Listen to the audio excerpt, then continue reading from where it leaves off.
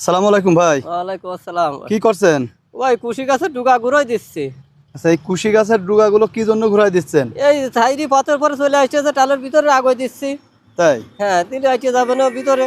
আচ্ছা, আমরা লক্ষ্য করছি যে আপনার এই জমিতে নিচেই দেখছি যে পুঁই শাক রয়েছে, আবার মাঝে মাঝে টালেও দেখছি যে পুঁই শাক রয়েছে, আবার এই যে প্রচুর পরিমাণে আপনার এই জমিতে কুশি হয়েছে।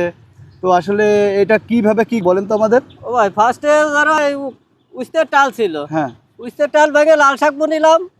লাল শাক উঠে এবার কুশি লাগাইছি আর পুঁশাক বনিয়েছি একসাথেই? একসাথে একই জমিতে? একই জমিতে। তো কুশি তো মাশাআল্লাহ খুব ভালো ধরছে। হ্যাঁ, পুঁশাকও আল্লাহ দিলে ওই তলেতে এক কাটা দিয়ে দিছি।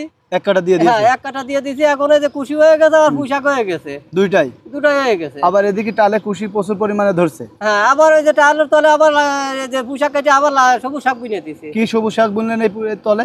ওই সবুজ শাক। সবুজ শাক বলতে আছে যে কি পালন শাক না, বুনেছেন নাকি পালং শাক না, এমনি এটা সবুজ শাক? এমনি সবুজ শাক। যাক, মাশাআল্লাহ। আসলে আমরা যারা চাষ করি তো একটু কৌশল একটু বুদ্ধি করে যদি চাষ করতে পারি তাহলে মাশাআল্লাহ সবকিছুতেই উন্নতি করা সম্ভব। তো এখান থেকে আপনি তো পুঁই শাক বিক্রি করছেন, জি। কেমন বিক্রি করছেন? মেলা বেচেছি। ধরো অনেক। এই 2 কাঠা বুঝি ধরো 6000 টাকা পোশাক বেচেছি। 2 কাঠা থেকেই 6000 টাকা বিক্রি হ্যাঁ। করছেন? আরো তো মাশাআল্লাহ প্রচুর হ্যাঁ, পরিমাণে এখনো আছে। বহুত রয়েছে। যাক, আলহামদুলিল্লাহ।